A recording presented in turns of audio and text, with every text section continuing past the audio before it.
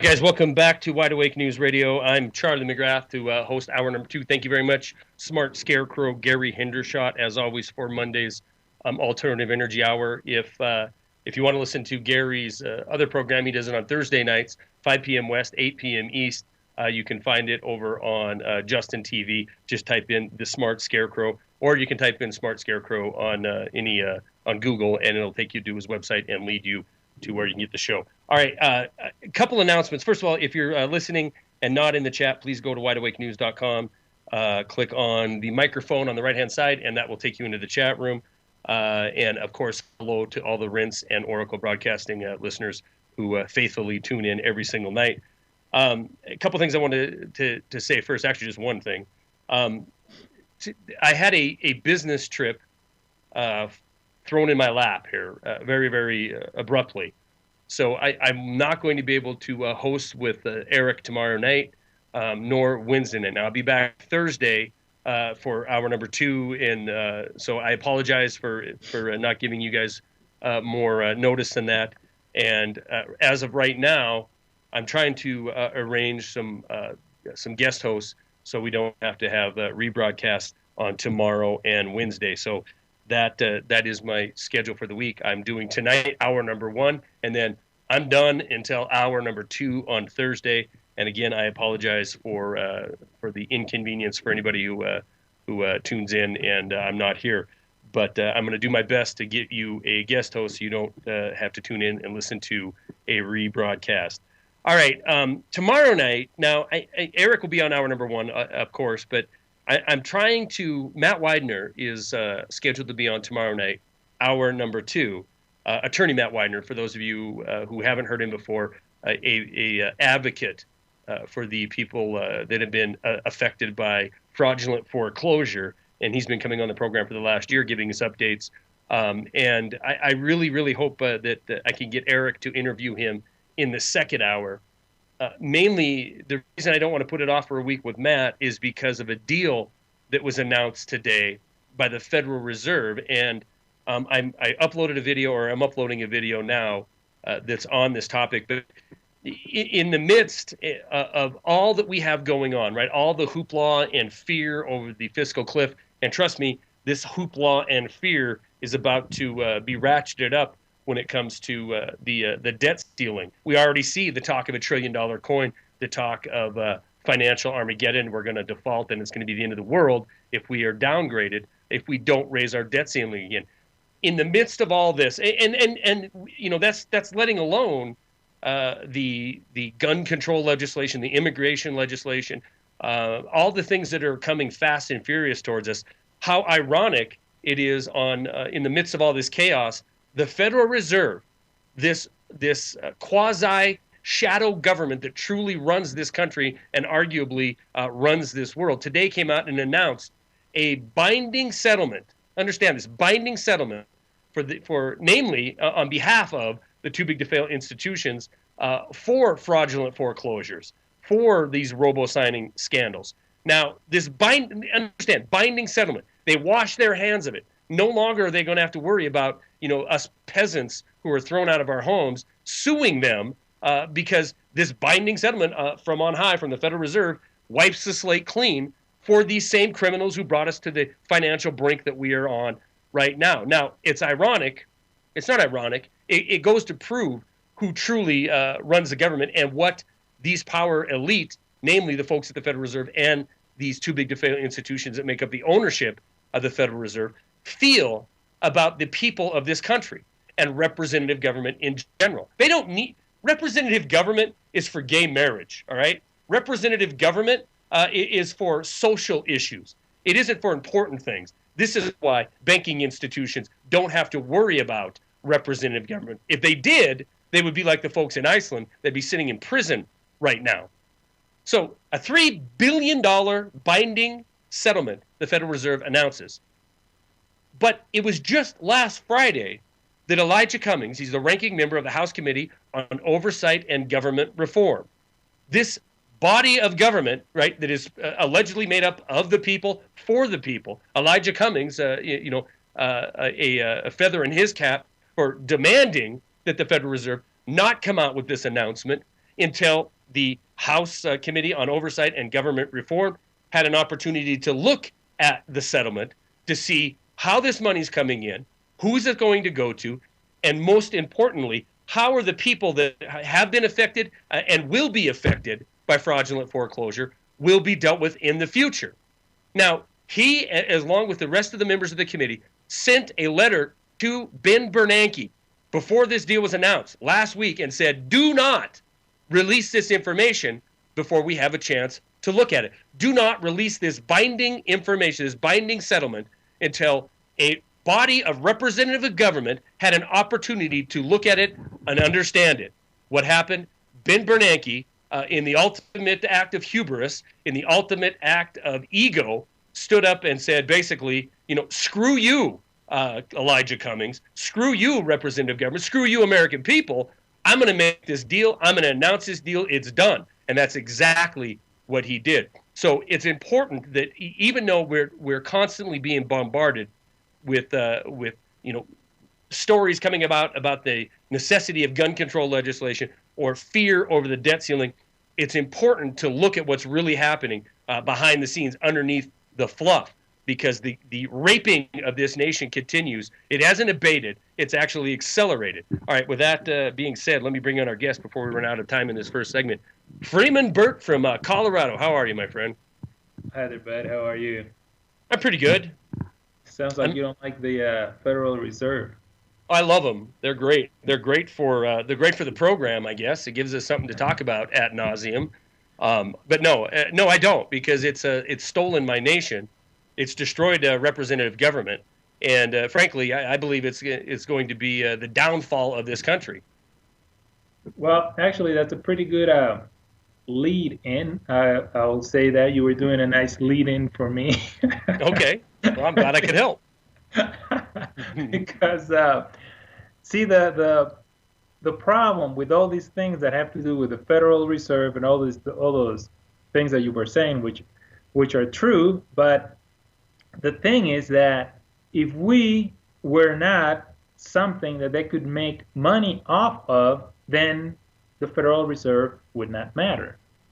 The only reason the Federal Reserve is an issue is because they are tied to us and we are tied to them. And they are able to basically scam us. If they couldn't scam us, then there would be no issue with the Federal Reserve. I agree with that. I agree with that 100%. And the way that they scam us is by us, either ignorantly or whatever, acting as U.S. citizens, which equals U.S. officers. And I mean, we've touched on this before, and I'm in the process right now of putting some little e-books that I'm gonna have people, if they want to look at them, and I'm gonna try to turn them into audio, and they will be at onlyfreeman.com. It's a little website that I'm putting together to pass on some of this information.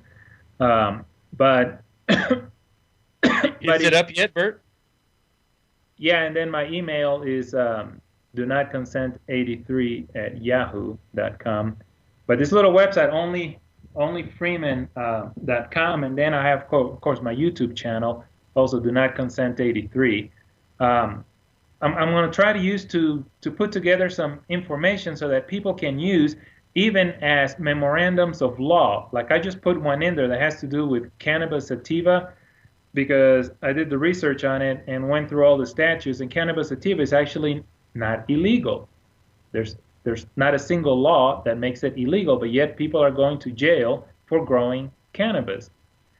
And that's mainly because people are ignorant about their own United States code, and they're pleading to a crime that isn't even a legal crime. But that's going off a different track. But the thing that I wanted to stick to is this thing hold on a minute. Hold on a sec. You're going to be interrupted by this break, so let's onlyfreeman.com is your website, and I didn't hear what you said, if that's up and running yet or not. Of course, his YouTube channel, Burt's YouTube channel, Do Not Consent 83. We're going to be right back with Freeman Burt. More Wide Awake News Radio in just a minute, guys. Hang tight. Guys, welcome back to Wide Awake News Radio. Charlie McGrath along with Freeman Burt. Now his website, I misspoke here. It's only free men plural .wordpress.com, and in fact I'm going to drop it into the chat room here in a second. And if you're watching on YouTube later, you can obviously see because Gary put it onto the screen here. And we were having a discussion during the break. Those of you on Justin TV were hearing that. And I want to kind of get back in it. Burt, I don't know if that was, is this where you wanted to go in this segment on this topic? No, I mean, I just, if someone wants to learn about cannabis sativa in the statutes and the definition of what the code calls marijuana, which is spelled with an H, not a J, they will realize that whatever marijuana is, according to the U.S. code, is not even defined. Because, see, in order for something to be illegal, it has to be either a drug or a substance. Cannabis sativa is neither one. It's neither a drug nor a substance. Only substances and drugs can be controlled, can be made legal or illegal. A plant is just a plant. Right. I get that. I do get that, and I believe what you're telling me. But it's like I asked you in the break, and you explained rightly so that it isn't that these folks technically are breaking a law because they're not, but it's the jury that is convinced that they are, and then a lot of these people are ending up in prison. That's factual. I mean, we have more people in prison here than we do in India and China combined. So, yeah, and the problem is that the attorneys never challenge the statutes. They simply challenge whatever when you go to this type of trials, it's almost like a witch trial. They're not basically, if you really want to know the truth, all government prosecutions are political persecutions. If you look at the definition of all that, you will find out that because the legal laws are put together by a legal body, you are being tried in a political body, which is the court, because it's put together by a political body, and you're violating a political regulation, which is a political persecution. So in a political persecution, facts are not relevant. Beliefs is what's relevant. So it's like a witch trial. So if you were to go to court and actually break down the legal law for what it really says, the jury are either going to be totally confused and they will not be able to convict, or if they are able to comprehend the legal law, they will not be able to find you guilty because the legal law is very clear on what is allowed for them to prosecute and what is not allowed for them to prosecute. And I mean, that's the beauty of the legal law, is that if you explain it according to the way it's written, you will find out that it doesn't apply to you. But those points are never brought up in court. So I'm about to ask you, and every time I've done this, you've told me, yeah, you have, examples of where these arguments have worked. Because it's, again, I'm taking your word and I believe you. It's just, can we put this into practice and can people, use this information to avoid being, thrown in jail, or will they bring this argument up and be shut right down? Well, I know that there are people out there that have stood their ground, and I'm in the process of actually putting a collection of those people that have actually stood their ground and were allowed. I mean, what's funny is that they do not want you to bring in their law into the courtroom, because they know if you bring in their law, then you will be able to disembowel it. So some judges don't allow you to bring in the legal law. So there are steps that people need to take during the course of the case, and I mean, I'm learning tons about doing this, and it's massive, the amount of information that you have to learn if you're going to play the legal game, But the truth is that the legal law, if you were to dissect it completely, you will find out that it doesn't apply to you. But anyway, the bigger picture of this whole thing, which is what I really wanted to talk about, is the fact that the courts are political bodies. The police are part of the political body. and then your representatives, Congress, and all that, they're all part of a political body. So if you are part of that political body, they act like they have authority over you.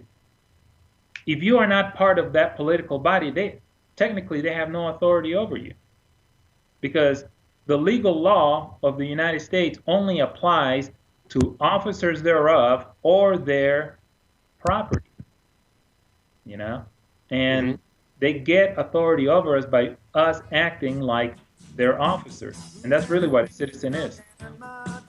Is an officer of the state. We're going to be back with Freeman Burt and get back more into this on the backside of this break, guys. Hang tight. All right, welcome back to Wide Awake News Radio. Freeman Burt is our guest, and I apologize during the break for sidetracking him on the marijuana issue, because you want to talk about you want to come on tonight and talk about municipalities. So let me turn this long segment over to you. Go ahead. Okay, this is the thing. How does a city or a county basically come to be?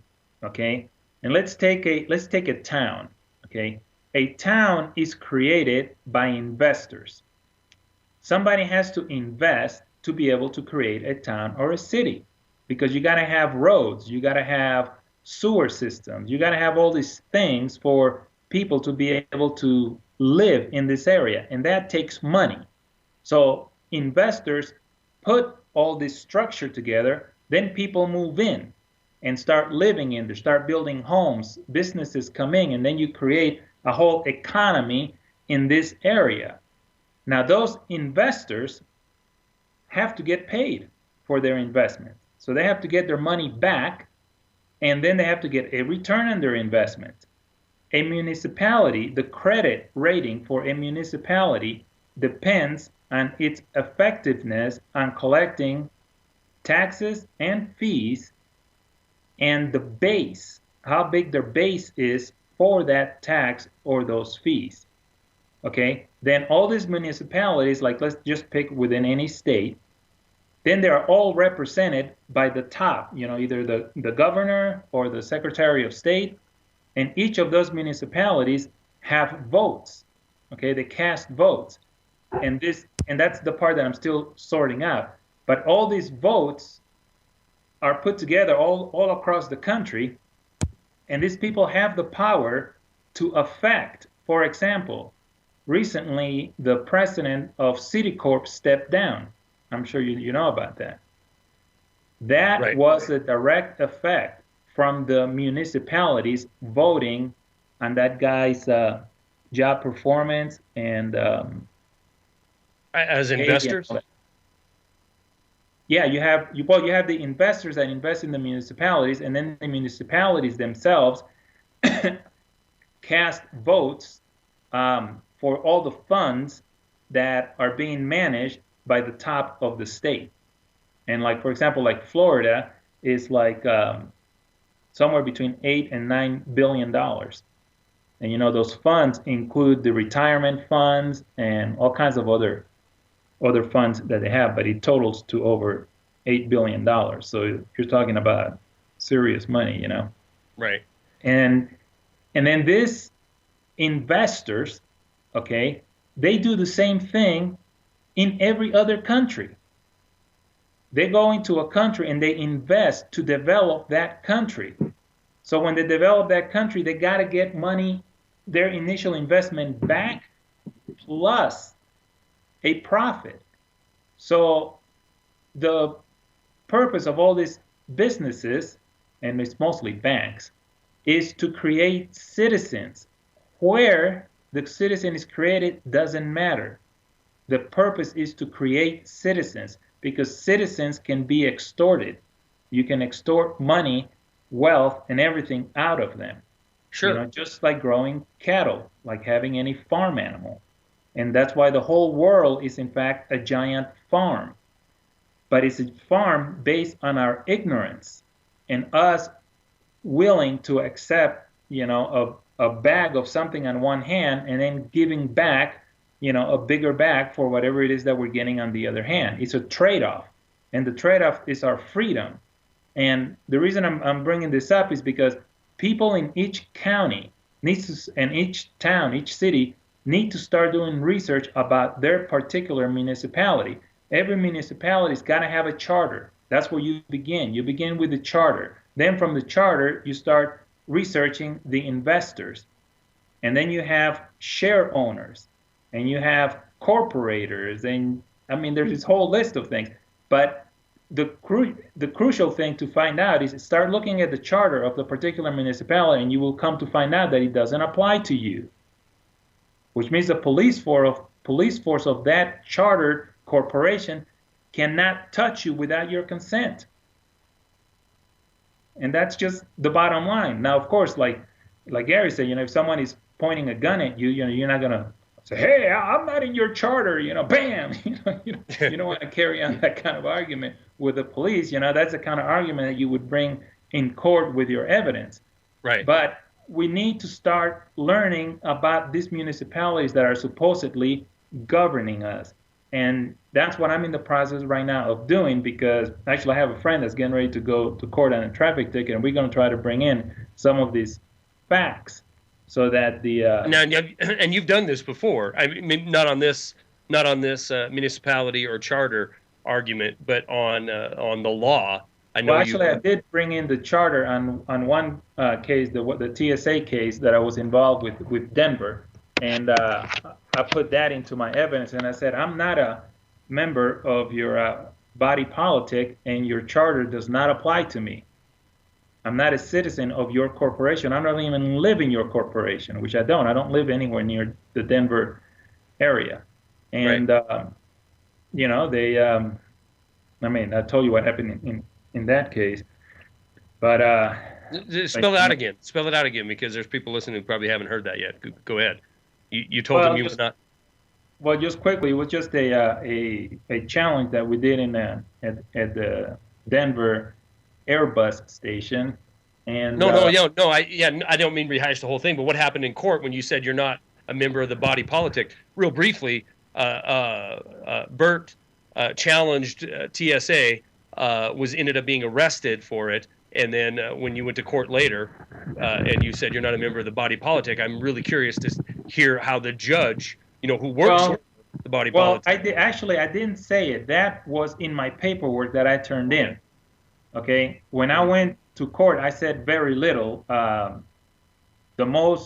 longest sentence that I said is, I object. And the last thing that I said when I was in court is, I object. And then I turned around and walked out of the courtroom. And I never walked back in. While the judge was talking, I just turned around and left. And that was it? No follow-up, no visits from corporate enforcement agents? No, but what happened is a friend of mine went back the next hearing that was scheduled, which was supposed to be a trial date. He went there on my behalf, and he went basically to vacate a warrant that was put out for me because of a hearing that I demanded myself, which was a mistake that I made. I learned not to do that anymore. It was a motions hearing, and they purposely sent me all the information late so that I would not show up for my own hearing that I requested. And then, of course, when you don't appear to court, that triggers a warrant. And my friend went there to make sure that the warrant was removed, and basically to let him know that I didn't want to be part of their trial or whatever it is that they were doing. And the judge told my friend to leave and never come back. So I took that as an invitation that they don't want me back in their courtroom, and I haven't heard back from them again. Well, there you go. You got out of it. Now, so if the municipality is a corporate structure, is what you're saying? Yeah, it's all corporate. Mm-hmm. So whoever these initial investors are. Let me ask you this: I know where you live, near Denver. Is that area? I mean, is every town a municipality? I mean, yeah. Has this been a slow take? Because it never used to be that way, correct? No, it's always been, some kind of a corporation. And today, every single town, every single county, they're all corporations. And in fact, a county, this is what people don't realize. When you say you live in a county, you are saying you're living in a political subdivision of the United States, of the District of Columbia, because a county is a political subdivision of the United States. We're going to be back with Freeman Burt, more Wide Awake News Radio in just a few minutes, guys. Guys, welcome back to the final segment of Wide Awake News Radio on this 7th day of January 2013. Freeman Burt was talking. We were talking during the break, and I know he wants to get in, and I think it's very topical, especially with all the talk of gun control legislation. He wants to get into that, but I want to elaborate a little bit what I was talking about during the break. I had said that, at some point in time, I'm going to be able to sit down with Burt, and I could listen to him talk for hours about this stuff, because it's completely fascinating to me. And I think to myself, while I'm listening to you, Burt, that this is shocking, this is outrageous. But then I think to myself, kind of what Gary said during one of the breaks, is this is the system that we live in. I certainly want Burt and other folks on the backside of a political implosion, an economic implosion, a societal collapse, to be there to show the mistakes, the crimes that occurred to get us to this point. But it's in using this information now that truly stymies me, Burt. Well, and I'm in the process of because I can talk for hours about the problems, and what I'm more interested in is in the solutions, and I'm interested in helping people to get out of the system. And there are certain things that we have done through our lives that tag us as cattle. We've basically been branded. One is the birth certificate. People don't realize that a birth certificate is only required of U.S. employees. So if you have a birth certificate, that birth certificate is evidence that you're a U.S. employee. There's a section in the U.S. Code that describes what a birth certificate is. I get that. Okay, let's just take that one topic, and I'll cut this off and make sure we get 5 minutes at least on the gun issue. you take the birth certificate, right? And I've heard this discussion before, quite in depth, in fact. But I think to myself, without it, how I am molested in my want to travel if I don't have that birth certificate. Am I not? I cannot go to Canada without a passport. I can't get a passport without a certificate. So this whole system is built so that you must, if you want to function in this system, you must comply. I'm not saying that's right or that's not necessarily true, because in order for you to go to Canada, all you need is a visa from Canada. You can go to the Canadian embassy, and as long as they know that you're not going to be doing any harm in Canada, they can give you a visa. And there's different ways to try to get a visa. And again, I'm in the process of trying to put some of these things together, because if you look at the definition of a passport, it says basically a piece of paper saying that you can travel and saying who you are, issued by a competent authority. It doesn't say issued by the United States. It says issued by a competent authority. So if you are not competent to put together your own passport, then I guess you have to go to the United States to get it. But we have the right to put together our own papers. And see, all these definitions have a lot of meaning to it, and we need to comprehend what the United States is doing. The United States cannot force us to do anything. They need our consent for every single little thing that they do, and we give them the consent left and right all the time. We even bring them our children and said, here, make us slaves out of them, give them a birth certificate, and then give them a social security number. Now, my children, I was at least smart enough not to give them a social security number because they don't have one, but my kids, I made the mistake of giving them a birth certificate. And you don't have to have a birth certificate. That's a myth. I got a question here. I got a question here that Gary put in from the chat room. I'm sorry I didn't pick it up out of the chat, but this is from Walk Free. Question. I hope I read this right. Birth certificate. Since you were a minor at the majority of 21, It is rescindable as fraud? Question mark. Yes, yes, and anything, especially your social security number. You know, Right. most people got their social security number when they were kids or when they were born. How can that be contractual? I mean, it's Yeah. evidence of fraud if anybody tries to enforce it. So you have the right to rescind the social security number. And there's actually a form for that, which I'm going to be posting on this little website that I'm working on, because we can do that. And I'm in communications right now with the Department of Health in Colorado because I want to rescind the birth certificate for my children. And the only thing that I'm arguing about it, I don't care about anything about the birth certificate except one thing. I don't want him to say that he was born in a county. I want him to say that he was born on the land known as Colorado. So the place of birth is crucial because if you say you were born in a county, that means you were born in a political subdivision of the United States, which brings you under their jurisdiction. And have you had success with this? Well, that right now, I mean, I'm communicating with the people at the records, and they all start freaking out when I start mentioning this type of things, you know, because they don't They want don't know anybody what to to say. They don't know. understand. I mean, obviously they're brought up in the same system that we're all in, so they have no idea. I'm sure what to. It reminds me of the story of when you handed a fee schedule to an officer, and then all of a sudden, he attaches it to a ticket. And next thing you know, you have FBI agents taking you out for a cup of coffee. I mean, I think you freak people out when you stand up and Yes, challenge. because they don't want you to escape the farm. You know, they don't want you to escape the farm. Now we were going to touch a little bit Yes, on go the ahead. gun Gun thing, and control. Yeah. I'm working right now on a paper that I'm going to put up on my website about the truth about guns, because everything that you hear in the news, they always talk about firearms. And if you look at the Second Amendment, what does it say? That you have the right to bear firearms? No, it says you have the right to bear arms, not firearms. Firearms is a fictional term created by the United States attorneys. Firearms is a destructive instrument. No one goes to the store to buy a firearm. They go to the store to buy an arm, something to protect themselves with.